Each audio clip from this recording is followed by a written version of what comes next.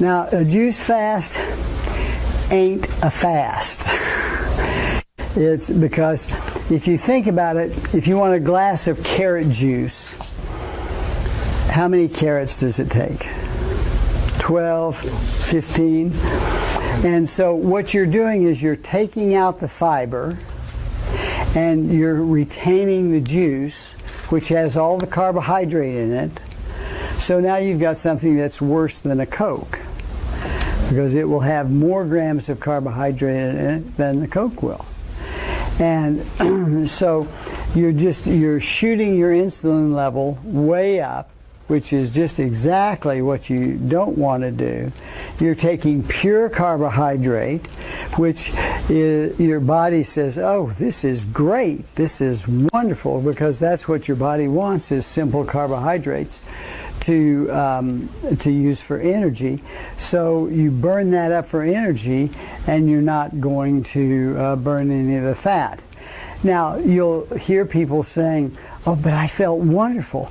Well, that's true, because you forgot to stop by Dunkin' Donuts. And McDonald's doesn't serve, carrot juice. And so, you've changed your eating habits. And that's one of the things when you're reading the, articles and literature, and you say, oh, what's one of the weirdest ones? Oh, was it apple cider vinegar, honey, and cayenne, or maple syrup, and cayenne pepper.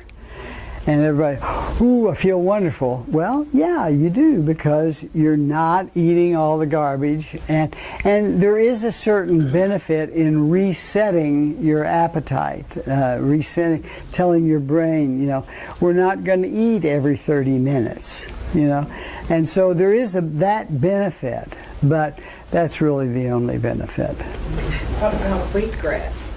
Well, now wheatgrass is, I've not heard of a wheatgrass diet, but wheatgrass is very nutritious. I mean, the juice from wheatgrass. Not particularly because of the carbohydrate, because there's not a huge amount of carbohydrate there, but there are a lot of vitamins and minerals that you don't ordinarily see. So that's good. So wheatgrass is okay. The only problem is that you go to the store and you buy it in a bottle that's been processed, and the powder is worse, because the powder has been dried. That means that all of the antioxidants are gone, and there's been oxidation of some of the vitamins, and so you've really lost the important parts of it. If you really want to do wheatgrass, which I've used several times, and I had a patient who had kidney failure, and we put her on. Her son volunteered to grow the wheatgrass for her, and she recovered. Her kidneys regenerated. So you hear a lot of good things about it, but it's got to be fresh. So if you have the plant, then you make the juice out of the plant. So. Right. Yeah, that's the best way. And so the goal of the fast is to decrease insulin. The goal of the fast is to decrease insulin. Insulin, while it is our friend, it's essential. It does so much damage if it's there in excess. If you use the right amount to get the right amount of carbohydrate into the cell, then you're doing okay. But what happens is on every cell there is a receptor site, and that receptor site is what lets in sugar.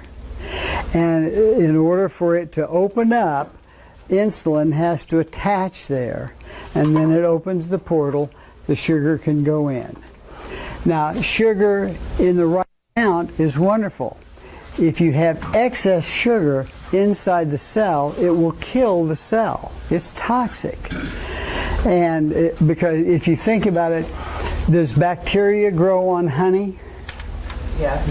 No. No. Why?